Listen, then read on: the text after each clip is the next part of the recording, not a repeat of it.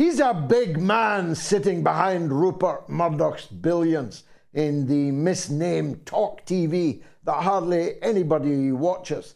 But Piers Morgan was unmasked in the High Court this week in the case over Prince Harry's phone being hacked. Let me tell you about Piers Morgan. Piers Morgan was hacking my telephone whilst pretending to be a friend of mine. That's the kind of man he is. Unmasked by the judge, by the court, as a liar, as a venal phone hacker, a man hacking the phones of people in order to get cheap clicks. The same reason why he's had a parade of hapless scapegoats on his show over the last 70 days, so that he could bait them, so that he could goad them, so that he could attempt to crucify them as supporters of Hamas. Well, he's not a supporter of Hamas. He's not a supporter of anybody at all, except Piers Morgan. Everything he does is for him. Nothing that he does or says is for you, for the education of the audience, for the elucidation and spotlighting of important news and what it means. Piers Morgan is a grubby, greedy hack who's had nothing to say, like the rest of the hacks, about the 90 journalists murdered in a tiny piece of land, 25 miles long, 5 miles wide, over 70 days. More journalists than have been murdered in the Second World War, the Korean War, and the Vietnam War put together in 90 days in a tiny piece of land. Have you heard Morgan or any other journalist refer to it? Only Alex Crawford of Sky News is the only person that I have seen highlighting the systematic murder of journalists. Why are they murdering these journalists? They're murdering them because these journalists and their cameras and their words are bringing home to the public all around the world the sheer horror, the sheer genocide being practiced against 2.3 million people trapped in that tiny piece of land with nowhere to run, with nowhere to hide. If it were not for these journalists, if it were not for social media, we would not know any of the mass murder that has been going on. So they are systematically eliminating them. And when they can't murder them, they murder their families. And when they can, they murder them and their families all together. It is sheer horror. And you wouldn't know anything about it if it were not for these slain journalists. Why did they murder a woman and her daughter in the Holy Family Church, Roman Catholic Church in Gaza today? For the same reason. They don't fit the narrative. After all, if all of Gaza is Hamas, and if Hamas is ISIS, how could there be a Roman Catholic Church in Gaza? How could there be some of the oldest Christian churches anywhere in the world in Gaza? How could they still be open? How could people still be praying? How could people be taking communion? How could people be confessing in these Roman Catholic churches? So out with them, kill them, burn them, bomb them.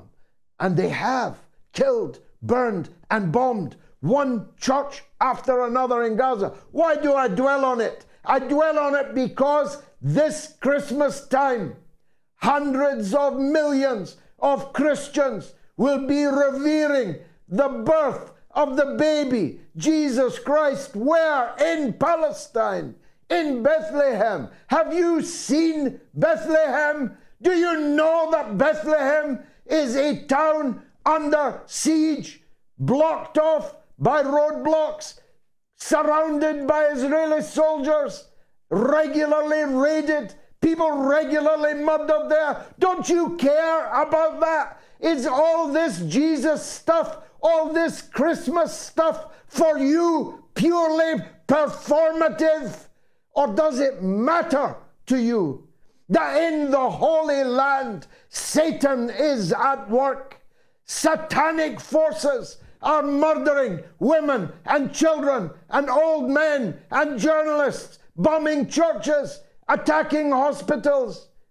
In the last 24 hours, a mass grave outside the Kamal Adwan hospital in Gaza, already wrecked, already ruined, has been found.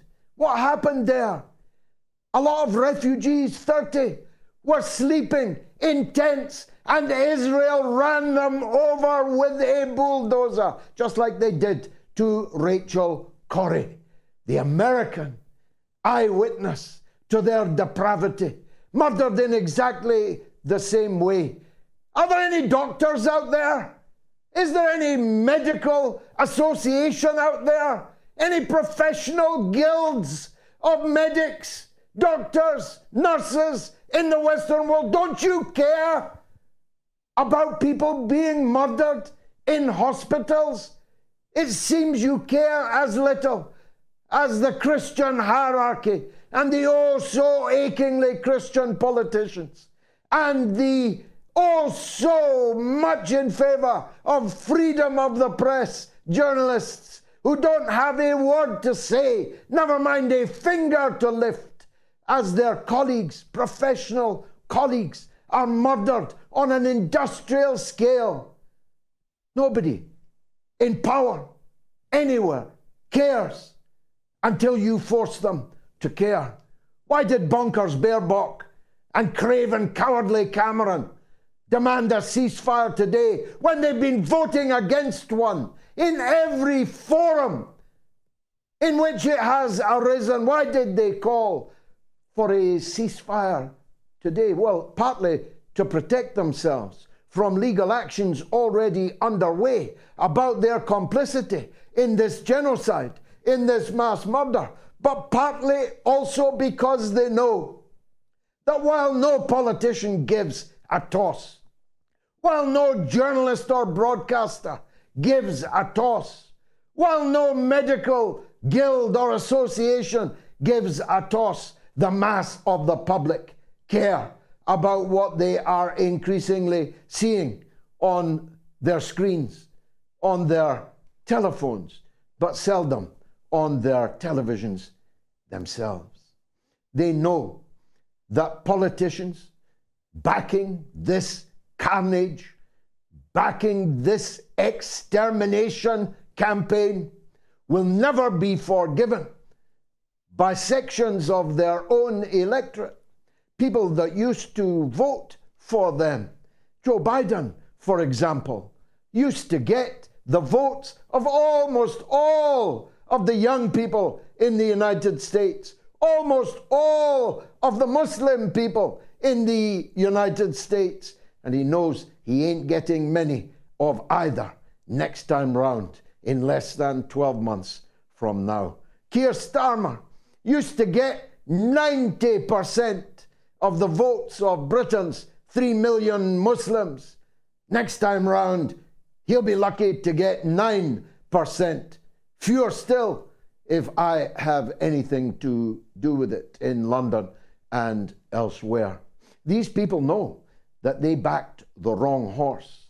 They backed the horse that murders people in churches in Gaza. They backed the horse that murders refugees in tents outside hospitals. They backed the horse that has now dropped three Hiroshimas of explosive on a captive people in a tiny piece of land. They backed the horse that is absolutely unapologetically declaring its intention of genocide, placing all of them at risk in the courts, in Europe and in their own countries, as being jointly and severally responsible for that genocide. They have made a ghastly, gigantic era of judgment. But it was ineluctable, because when they locked themselves,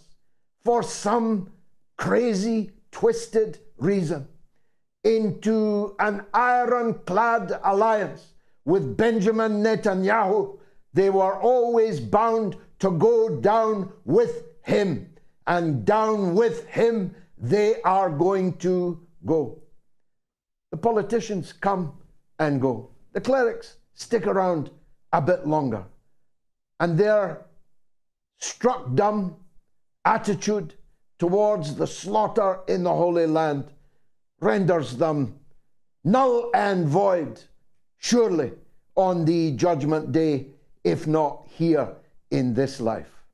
The politicians that have done this and now risk sending an armada into the Red Sea. What could possibly go wrong? The German Navy has taken to sea in war. What could possibly go wrong? I'll tell you what will go wrong.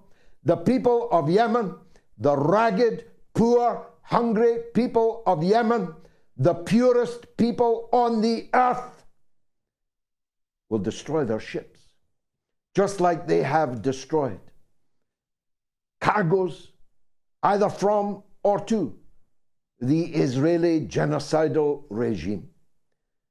Of all the Arabs, of all the Arab countries, only Yemen, the poorest of them, only Yemen, the purest of them, has been ready to sacrifice their own blood to come to the aid of the Palestinian people. When this chapter is finally written in history, the name of the people of Yemen and their armed forces will be written in the stars in glory. And unfortunately, not many others will be able to claim the same. It's the same politicians that dragged us into the war with Ukraine. You remember that? You'd be forgiven for having forgotten it, because they're all hoping that you forget it. They're all hoping that with Russia advancing today 5 kilometers across a 1,000-kilometer front, there's nothing to stop the Russian advance except President Putin's decisions themselves. NATO can't stop them. Ukraine, its proxy, cannot stop them.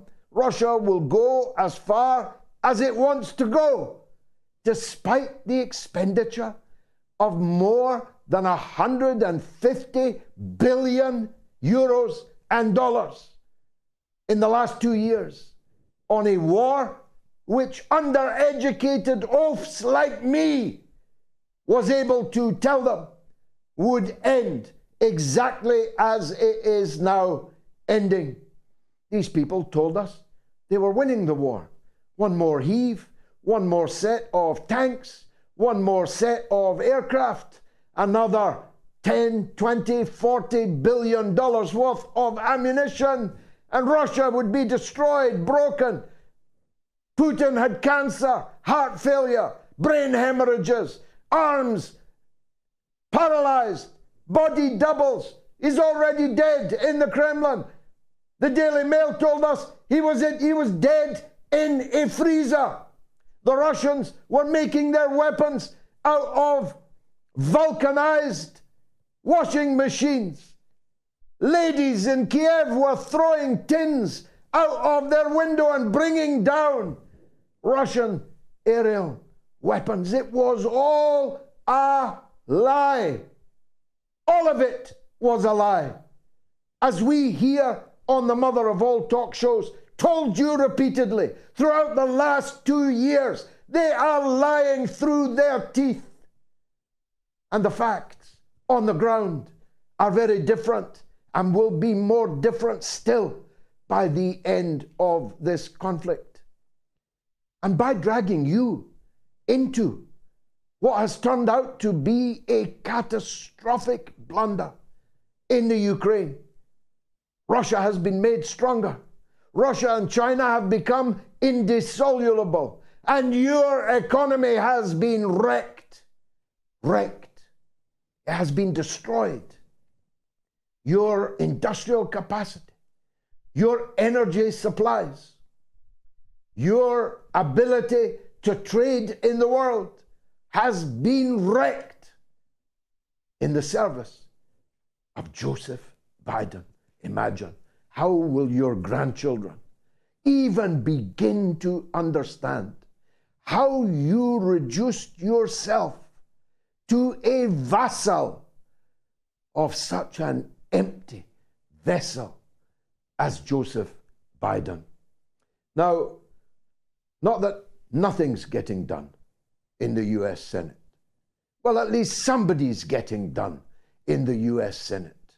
These leaders of the world, these paragons of virtue, are making pornographic movies of their young interns being humped over a desk in the Senate chamber itself. As someone who once sat in the august halls of the U.S. Senate, I was shocked that such a thing could happen there.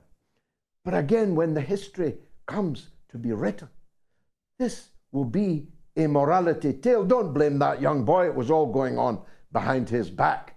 But the politicians who have created such an atmosphere in Rome, in the new Rome, of corruption, of vice, of evil and wickedness, hoping that others, like the Ukrainians, will be their mercenaries, keeping the empire ever intact, are utterly exposed. When the history of this time comes to be written, that boy bending over on the Senate desk for one of the most moralistic senators in all of the United States' history will be as emblematic as Nero fiddling while Rome burns, of those fornicating as Pompeii and its lava cascades towards them, ready to overwhelm them. At least that's what I think. You can tell me what you think. You can call me. You can send messages, because this is, after all, the global university of the airwaves. Stay tuned for the best guests and the best calls for the next 1 hour and 40 minutes.